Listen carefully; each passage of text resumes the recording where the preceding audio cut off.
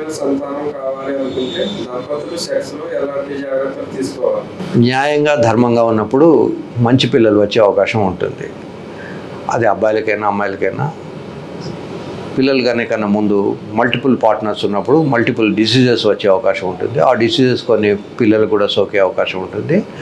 కనుక కనీసం పిల్లల్ని కనేంతవరకైనా కూడా మల్టిపుల్ పార్ట్నర్స్ లేకుండా చూసుకోవడం మంచిది.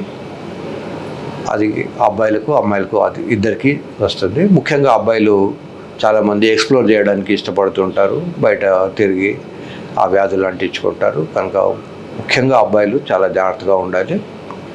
రెండోది రెగ్యులర్గా ఎక్సర్సైజ్ చేయాలి. అబ్బాయిలు అమ్మాయిలు ఇద్దరు కూడా ఎక్సర్సైజ్ చేయాలి. బరువు పెరగకుండా చూసుకోవాలి.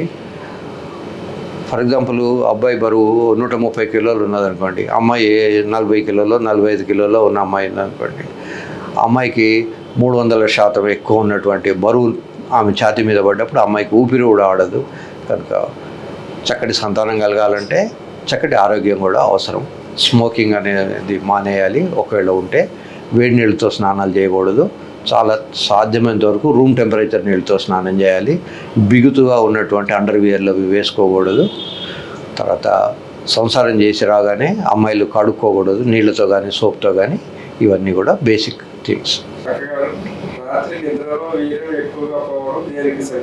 శరీరంలో తయారైన ప్రతి వస్తువు కొంత బయటికి వస్తుంది.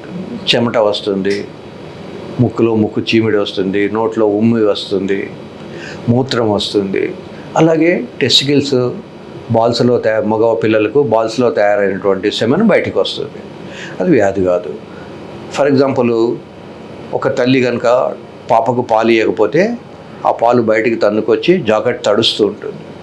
సో ఇది కూడా చాలా సహజమైంది నిద్రలో బయటికి రావడం అనేది. రెగ్యులర్గా సెక్స్ చేసే వాళ్ళకు ఈ ప్రాబ్లం ఉండదు. లేదా కొంత వయసు వచ్చిన తర్వాత లోపల ప్రొడక్షనే తగ్గిపోతుంది కనుక అప్పుడు కూడా ప్రాబ్లం ఉండదు. ఇది ఒక ప్రాబ్లంగా భావించి దీన్ని అన్నెసరిగా క్వాక్స్ దగ్గరికి వెళ్ళి డబ్బులు వేస్ట్ చేసుకోకుండా ఇది ఒక సహజమైన విషయం అని భావించాల్సి ఉంటుంది.